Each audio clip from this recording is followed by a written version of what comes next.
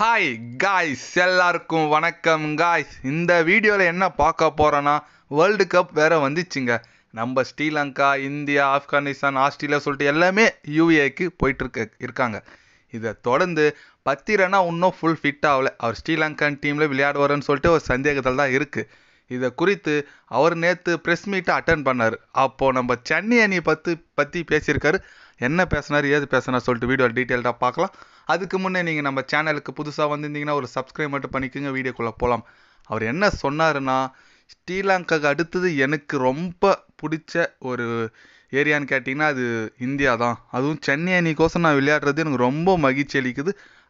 அந்த மாதிரி ஒரு போன்ற ஒரு டீமுக்கோசம் நான் விளையாடுறது எனக்கு மனசுக்கு ரொம்ப மகிழ்ச்சியாக இருக்குது. இப்போது வேர்ல்டுலேயே பார்த்தீங்கன்னா டொமஸ்டிக் லெவலில் பெஸ்ட் லீக் பார்த்தீங்கன்னா அது வெறும் ஐபிஎல் மட்டும்தான் நான் சொல்லுவேன். ஏன்னா அந்தளவுக்கு அதில் ரொம்ப கடின உழைப்பு இருக்குது. ஒரு கப் அதில் அடிக்கின்றது சாதாரண விஷயம் கிடையாது. அதில் அந்த மாதிரி ஒரு பெரிய டோர்னமெண்ட்டில் நான் பால் போட்டு தான் என்னோடய ஸ்கில்ஸே நான் வளர்த்துக்கிறேன். தோனிக்கிட்டேருந்து நிறைய கற்றுக்கிறேன். தோனிக்கிட்ட நான் நிறைய டைம் ஸ்பெண்ட் பண்ணுறேன். அவர் பர்சனலாக கூட நான் அவர் கால் பண்ணி பேசுகிறேன். அவர் என்கிட்ட நார்மலாக பேசுகிற மாதிரி பேசுகிறாரு. ஒரு ஃப்ரெண்டு மாரி பேசுவார். அதனால் அந்த மாதிரி ஒரு லீக்கில் விளையாடுறதுனால தான் எனக்கு இந்த மாதிரி ஒரு நிறைய சான்ஸ், பெரிய பெரிய லெஜெண்ட் கூடலாம் பேசுறதுக்கு, அவங்க கூட டைம் ஸ்பெண்ட் பண்ணுறதுக்கு, அவங்க கூட ட்ரெஸ்ஸிங் ரூமில் நான் டைம் ஸ்பெண்ட் பண்ணுறதுக்கு எனக்கு சான்ஸ் கிடைக்குது. அதனால் ஐபிஎல் தொடரை என் வாய்னால் நான் மறக்கவே மாட்டேன். தொடர்ந்து நான் சென்னை அணிக்கோசரம் தான் விளையாடணும்னு நான் முயற்சிக்கிறேன்.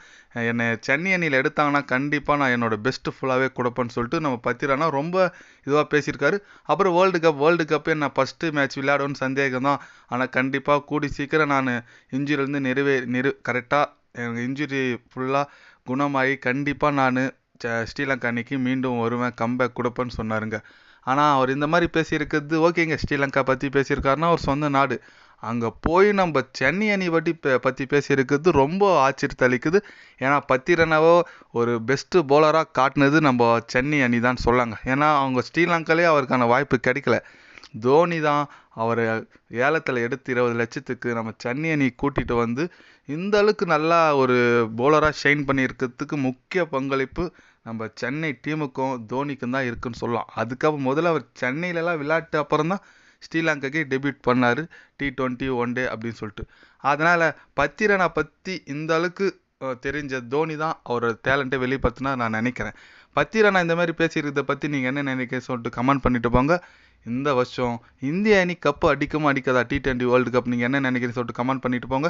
இது போன்ற ஸ்போர்ட்ஸ் நியூஸை தெரிஞ்சுக்கணும்னா சேனலை சப்ஸ்கிரைப் லைக் ஒன்று பண்ணிக்கோங்க. கண்டிப்பாக கிரிக்கெட் பற்றி day by day channel update வரும்.